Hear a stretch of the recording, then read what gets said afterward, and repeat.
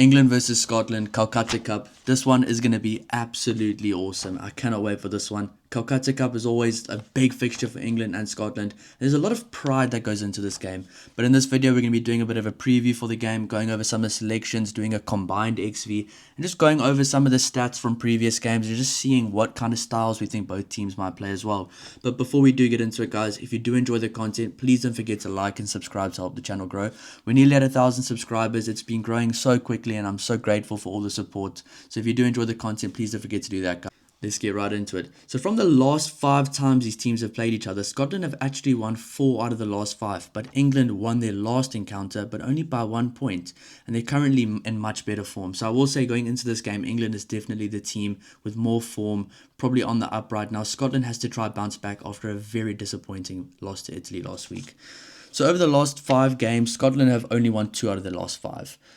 Beating only Tonga and USA. That just shows the big teams they have not been able to beat recently, with losses against the All Blacks, Argentina and Italy. So I mean, losing to Italy was really disappointing for Scotland last week. Losing to Argentina at home, games you expect Scotland to be winning, and that All Blacks game was really an opportunity Scotland could have won and could have taken and should have taken. They were really in the driver's seats in that game and just absolutely threw it away in the second half.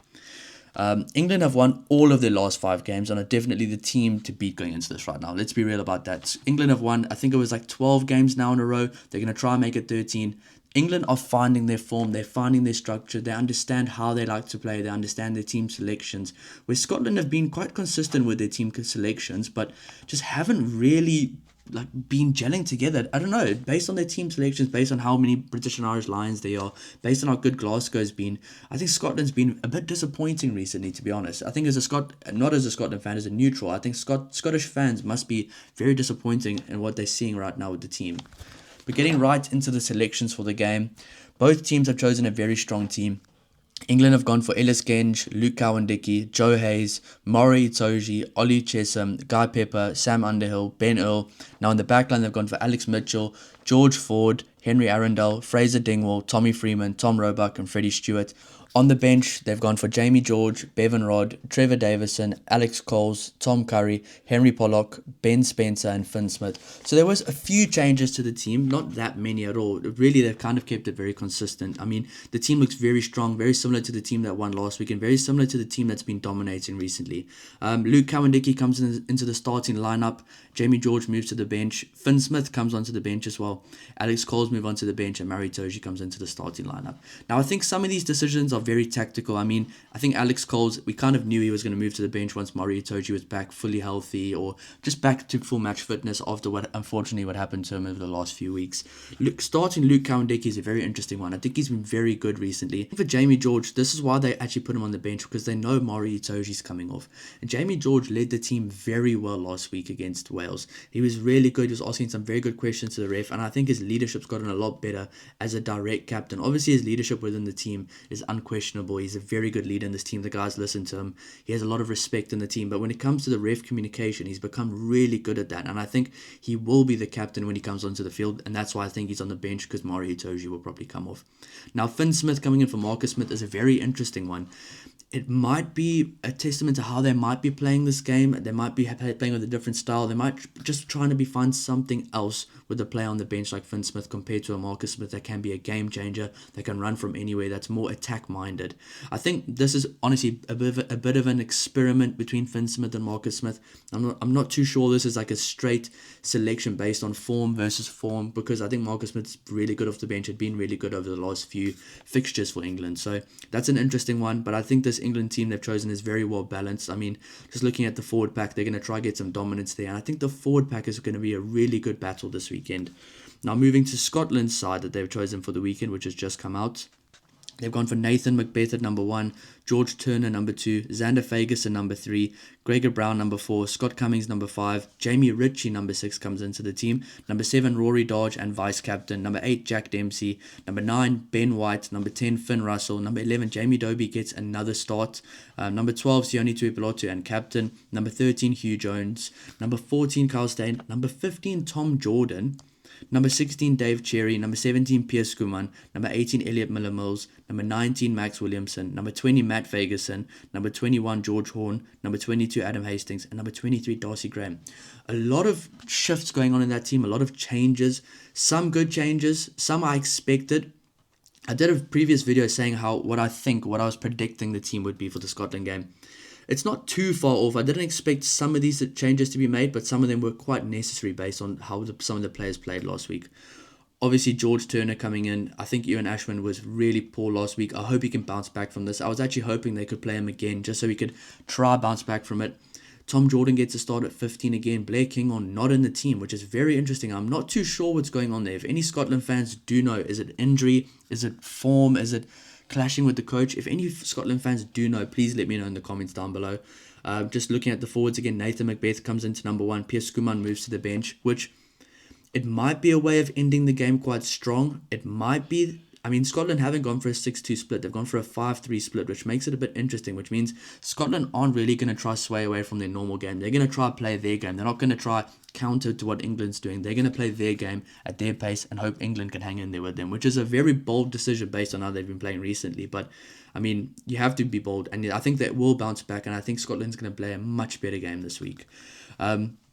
So Piers Skuman moves to the bench, which could be actually quite good. It could mean the scrums will be quite solid in the second half. Gregor Brown comes into the number 4 jersey. Jamie Ritchie moves into the number 6 jersey, which I'm quite happy to see. He's been really good recently for Edinburgh, so I'm really excited to see if he can contribute the same way he does at club level, now at international level. He's a great international player, and I really like him. I've actually felt quite sorry for him recently because he's been not selected, been dropped and stuff, but he's really come leaps and bounds since then. I think he's been really good at club level, and he deserves it. Jack Dempsey, of course, is going to be number 8. He's one of their best forwards, and in my opinion, their best forward.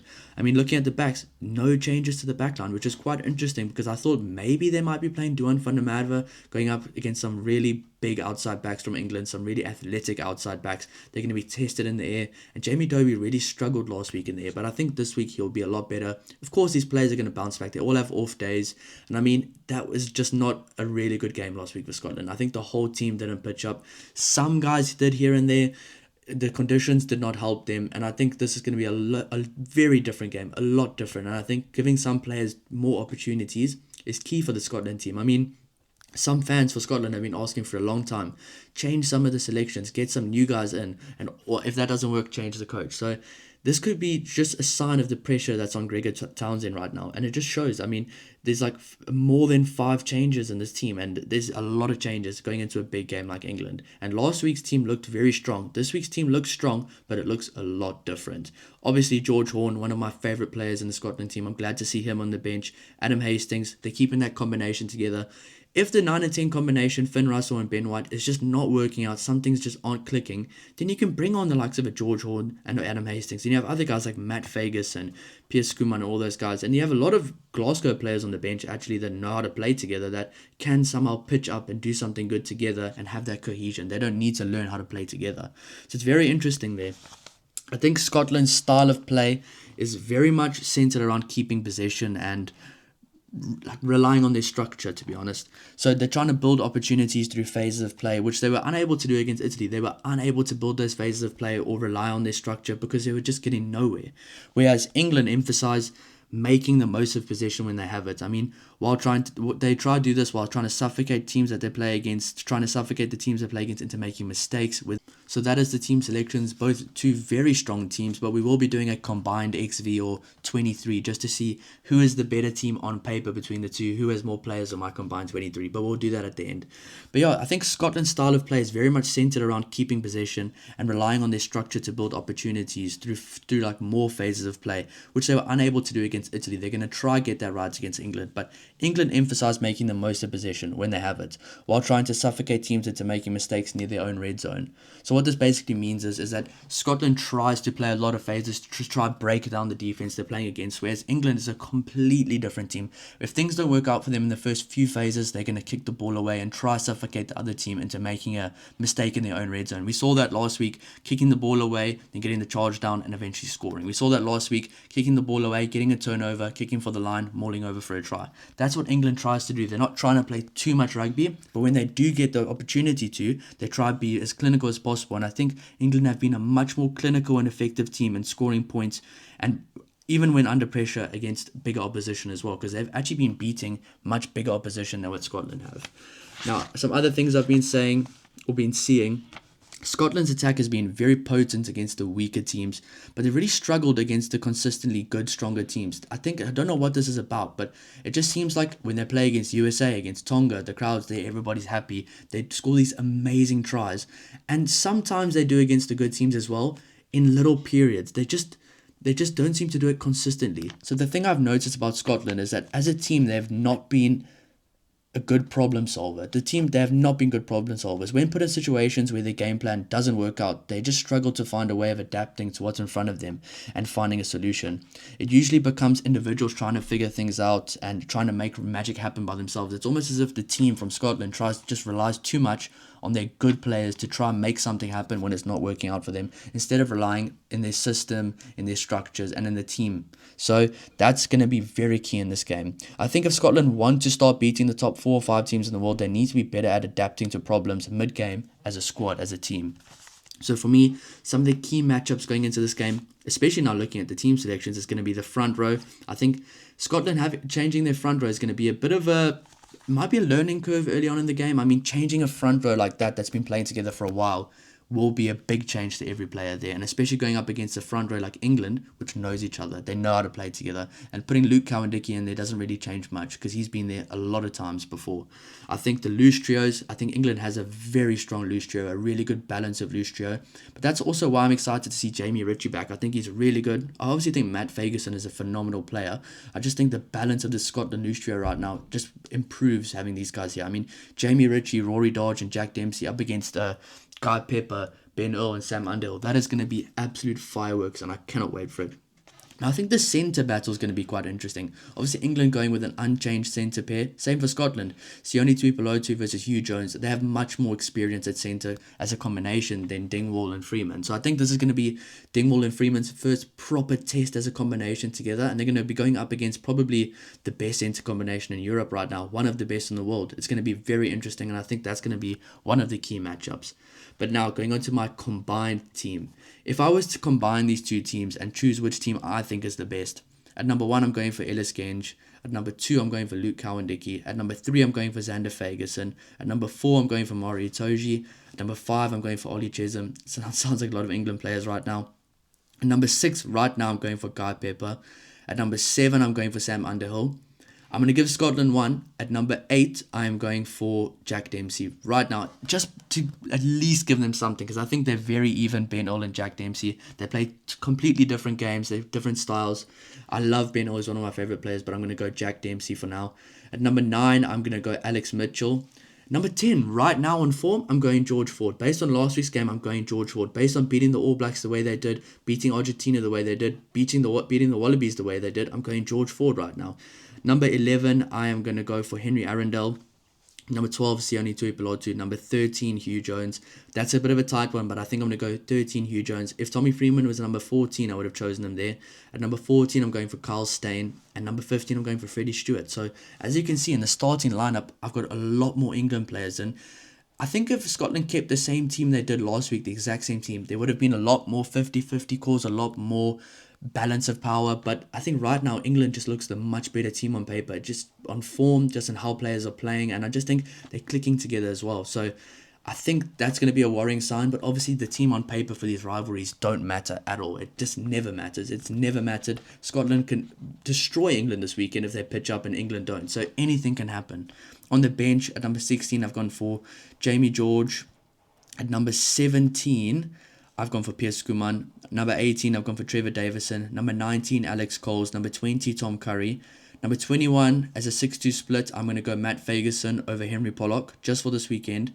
At number 22, I am going to go for George Horn. And number 23, I am going to go for Darcy Graham. So on the bench, it's a bit more even, and I think throughout the whole team, it's definitely more in England's favour. But as you can see, there's world-class players all over, and I think this is going to be such an incredible game. But my predictions for the game, I think England are going to win. I think this is going to be a huge test for England to really see whether they are legit right now. Obviously, they are legit. They've won 11 or 12 games in a row, but this is going to be a really key matchup for them to see, Can they beat a team that's going to be trying to get revenge for their previous loss, or just trying to bounce back from a really bad loss against Italy last week in front of a home crowd?